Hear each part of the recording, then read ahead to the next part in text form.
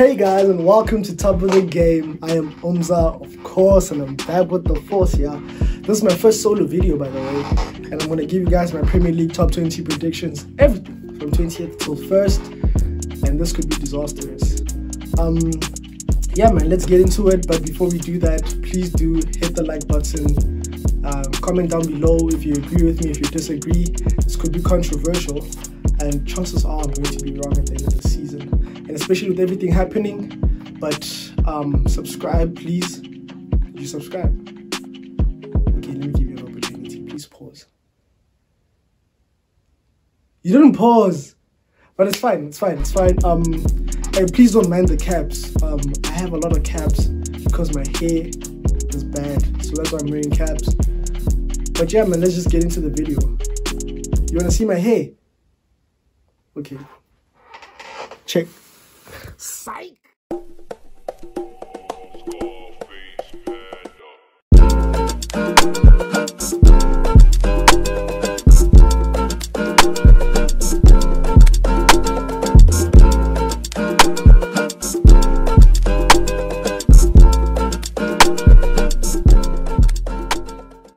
Let's get started, yo. So actually, I'm nervous.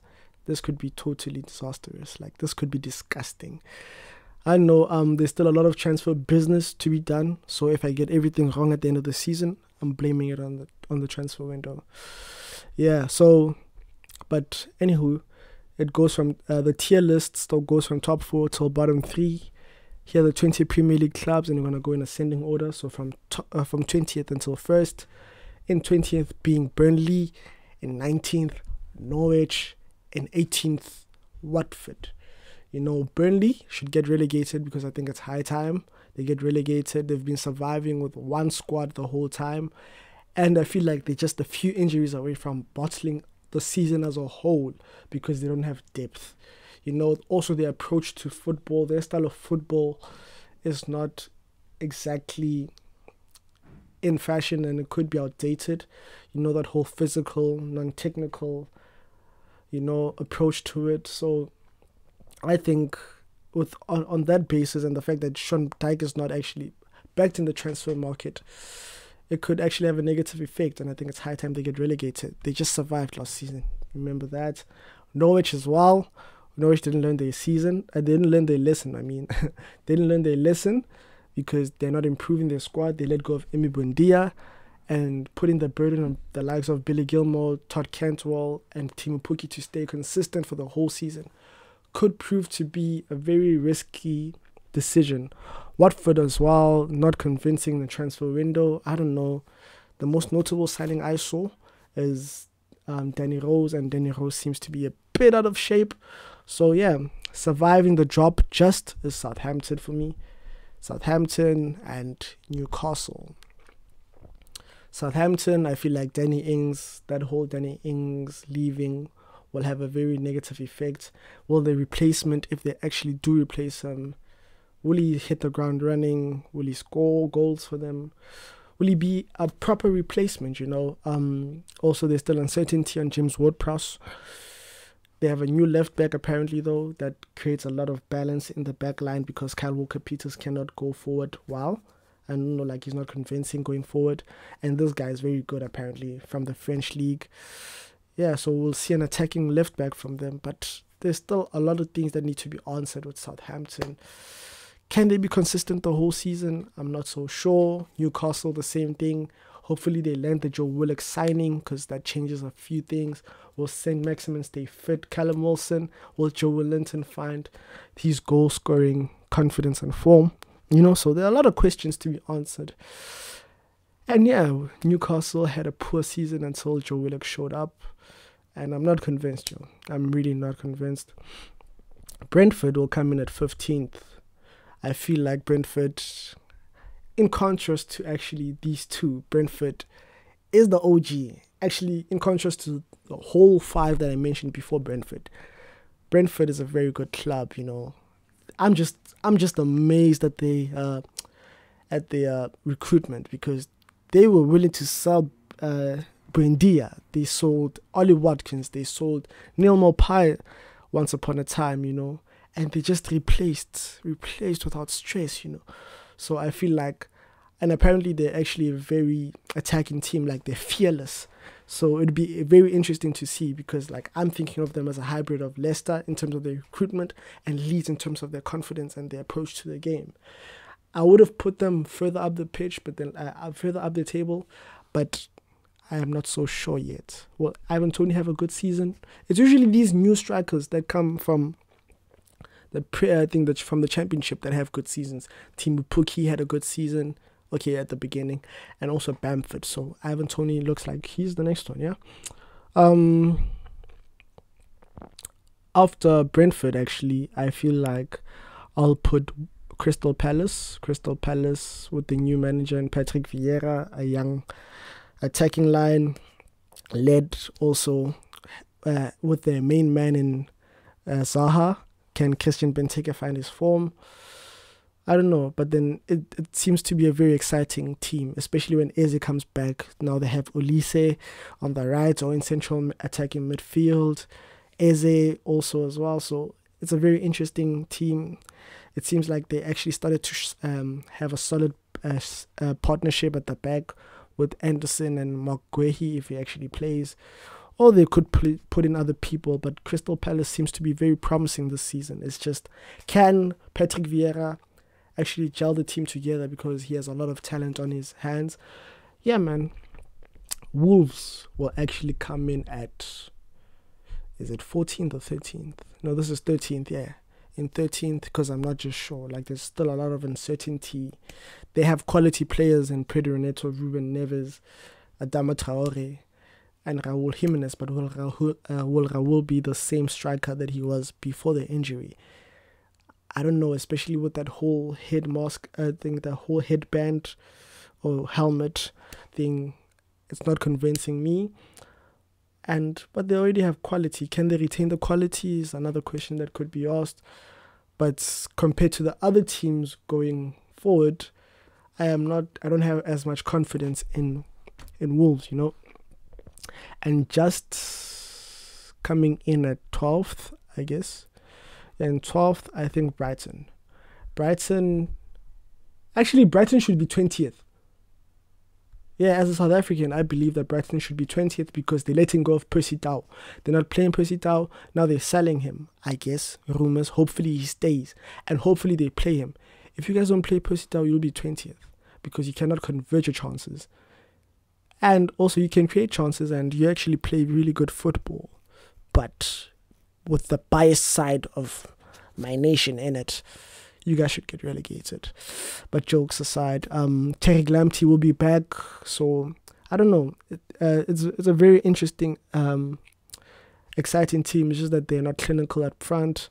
So hopefully they'll solve that. And if they solve that, I feel like they'll be very comfortable in the 12th. 11th, just missing out on the top 10. I genuinely think, who's missing out on the top 10? Everton will miss out on the top 10. Everton will miss out on the top 10 because of the Carlo Ancelotti departure.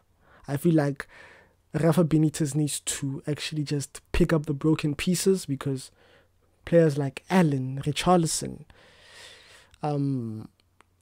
Dominic Calvert-Lewin, the ones that flourished under Ancelotti, will actually feel betrayed, or disappointed by his departure, because they were actually going very well.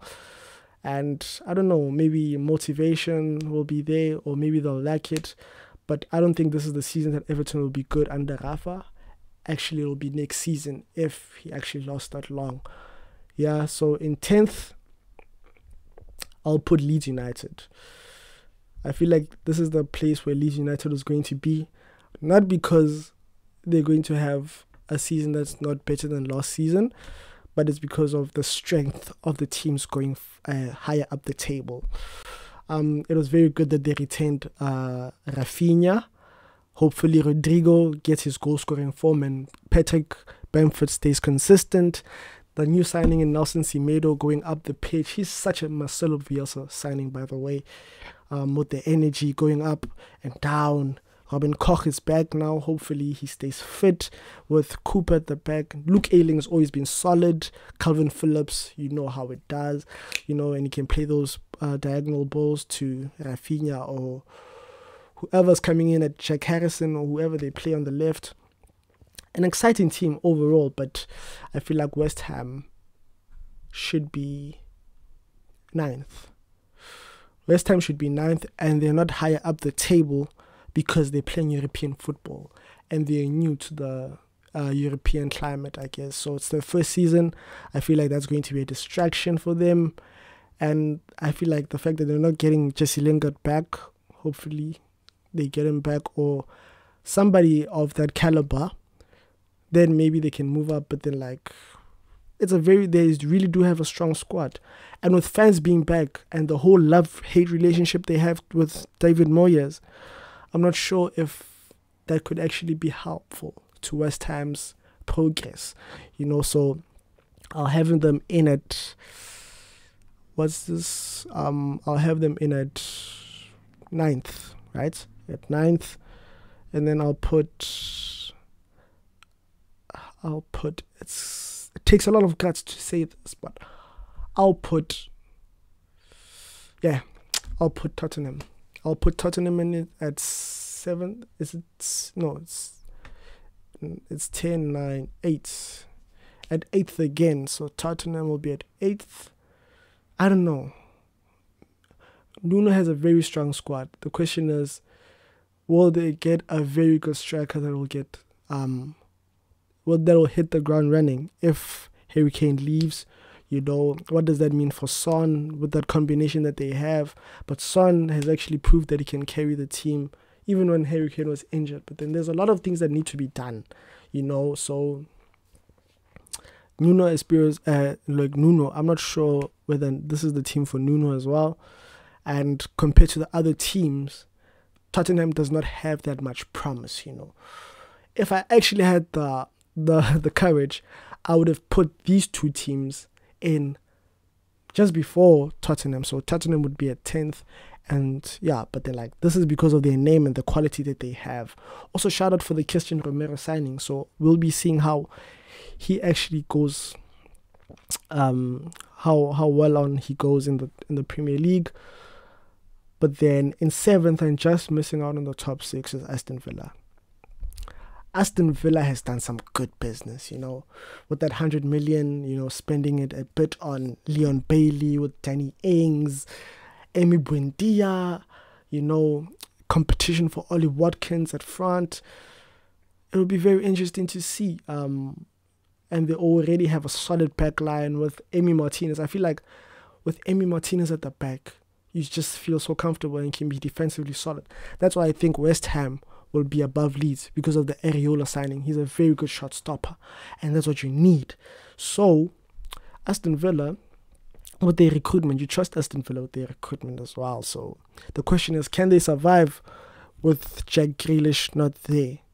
And I really think they can actually survive. Look at Liverpool when they sold Coutinho. They went on. That actually turned out to be a very good thing for them. So I feel like it could be the same for Aston Villa. Coming in at 6th, I feel like Leicester City will be at 6th.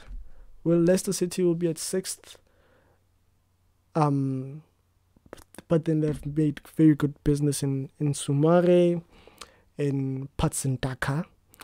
Yeah, man, so just, I feel like the blow that comes in here is because they lost Wesley Fofana to an injury. That seems like could be very bad coming in next year. So, for that reason, I'm putting them below Arsenal in 5th. And Arsenal just has quality. I feel like Arsenal has quality. It's just that it needs to gel now. It's time. Can Thomas Partey stay fit around the season, And I don't know, they have quality. Ben White maybe settles the back line with Gabriel and Ben White. I feel like with the fact that he can pass the ball, their build-up play will be better.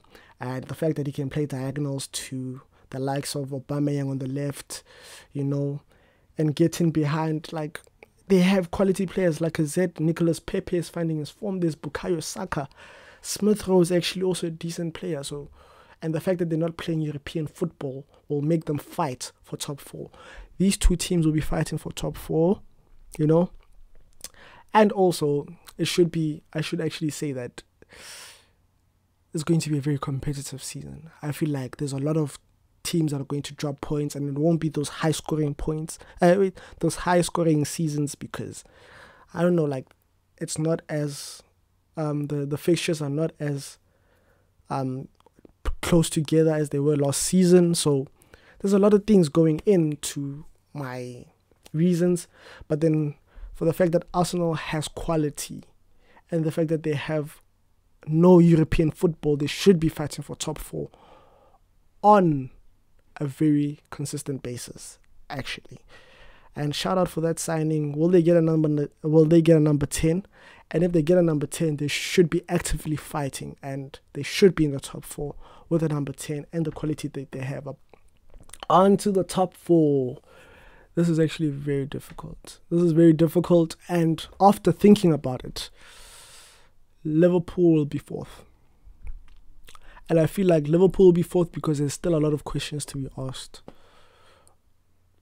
Will the front three find their goal-scoring confidence again? And when I talk about that, I'm talking about Firmino and Sadio Mane. You know, it'll be very good for them because now, actually, Liverpool can push up forward with the fact that Van Dijk is back and Fabinho can play his position, which could actually allow Thiago to express himself more going forward and playing the ball in behind for Mo Salah and Mane or Jota or Firmino. You know, so they have a very good squad and they have a lot of quality. But my question is, will the backline stay fit again? And will Virgil van Dijk be the same? And that's a very valid question. I'm thinking about how knee injuries can have a very bad effect, you know. Look at Aguero. Aguero is struggling with his knee still. Benjamin Mendy hasn't been the same after his knee injury, and he's supposed to be one of the quality left backs for the future, you know. So I don't know, maybe he will. And how long will it take him to actually get back to the Virgil van Dijk of old if he actually gets there? Will Trent Alexander-Arnold also stay fit for the whole season? You know, so there are a lot of questions about the fitness of the back line. Konate is also not a very fit person. Like, he also has injury problems of his own. Matip and Gomez definitely will get injured this season. It's a norm. But yeah. And then in third, I have United. And United has actually improved their squad a lot, you know. And I was going to put them fourth because of Ole. But because of Liverpool's injury concerns, I'll put United at third. United, I feel like, is going to be a team that draws a lot. You know, this thing of them trying to find a goal late on or going behind first before they actually score could actually cost them a lot of points this time around. And I don't know. But maybe this is the season that could actually suit them because more teams are positive on the ball, most probably. And with the fact that they are young managers that actually want to impose that attacking style, it could actually prove to be a very good fit for both United and Chelsea. You know, so, yeah, but United, quality signings from Jadon Sancho and Maguire. Will the central back pairing work well? Those things still need to be asked, but then, like, United are looking very good, to be honest. Not as good as Chelsea in second, though. Chelsea, with the signing of Lukaku, are scary. Chelsea are scary. They have a lot of depth. And yeah, man, Chelsea are scary. Like, it's actually funny how scary they are. The question is, I don't know. It just takes... I feel like there might be a change in approach, especially now that Tuchel has had a whole preseason with them, so he can impose the style that he wants them to play. And with the signing of Lukaku, maybe they won't be as counter-attacking as they used to be, and they'll take the game to the opponents, you know.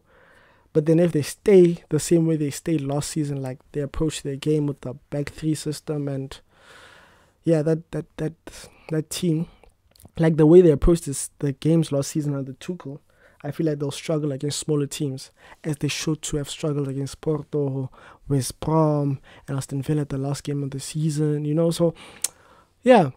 But then otherwise, they genuinely will be fighting for the Premier League title. I feel like top 4 will be fighting for the Premier League title, and it'll go on until the last game of the season, and it won't be those high-scoring seasons. But I feel like Chelsea and Man United will be dropping points where it's not necessary to drop points. Also, another team that might drop points that are not necessary is Man City.